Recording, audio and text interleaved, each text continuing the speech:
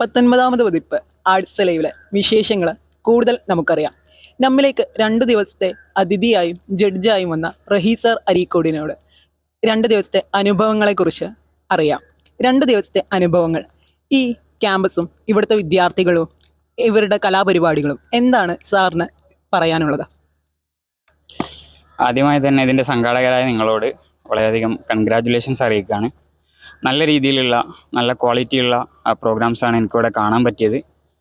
പിന്നെ ഇവിടുത്തെ ഹോസ്റ്റിംഗ് ആയാലും ഹോസ്പിറ്റാലിറ്റി ആയാലും അതുപോലെ തന്നെ മത്സരങ്ങളുടെ ഒരു നിലവാരമായാലും എല്ലാം വളരെയധികം ഒരു മനസ്സിന് സുഖം തരുന്ന രീതിയിലുള്ളതായിരുന്നു. കാരണം നമ്മൾ ക്യാമ്പസ് കലോത്സവങ്ങളിൽ അതിഥിയായും ജഡ്ജസായും ഒക്കെ പങ്കെടുക്കാറുള്ളതാണ്. അപ്പോൾ ഇവിടുത്തെ മത്സരങ്ങളുടെ ഒരു വ്യത്യസ്തത അതാണ് എന്നെ ഏറ്റവും കൂടുതൽ ആകർഷിച്ചത്. എടുത്തു പറയേണ്ടത് ഇപ്പോൾ ഹിസ്റ്റോറിക്കൽ ഇൻ്റർവ്യൂ പോലത്തെ കോമ്പറ്റീഷൻസൊക്കെ വളരെയധികം നല്ല രീതിയിൽ, അതായത് പാസ്റ്റിനെയും ഫ്യൂച്ചറിനെയും പ്രസൻറ്റിനെയും ഒക്കെ മിക്സ് ചെയ്തിട്ടുള്ള ഒരു അനുഭവം നമുക്ക് നൽകുന്ന രീതിയിലുള്ള കോമ്പറ്റീഷൻസ് ആയിരുന്നു. ഏതായിരുന്നാലും വളരെയധികം നന്ദിയുണ്ട് എല്ലാവർക്കും.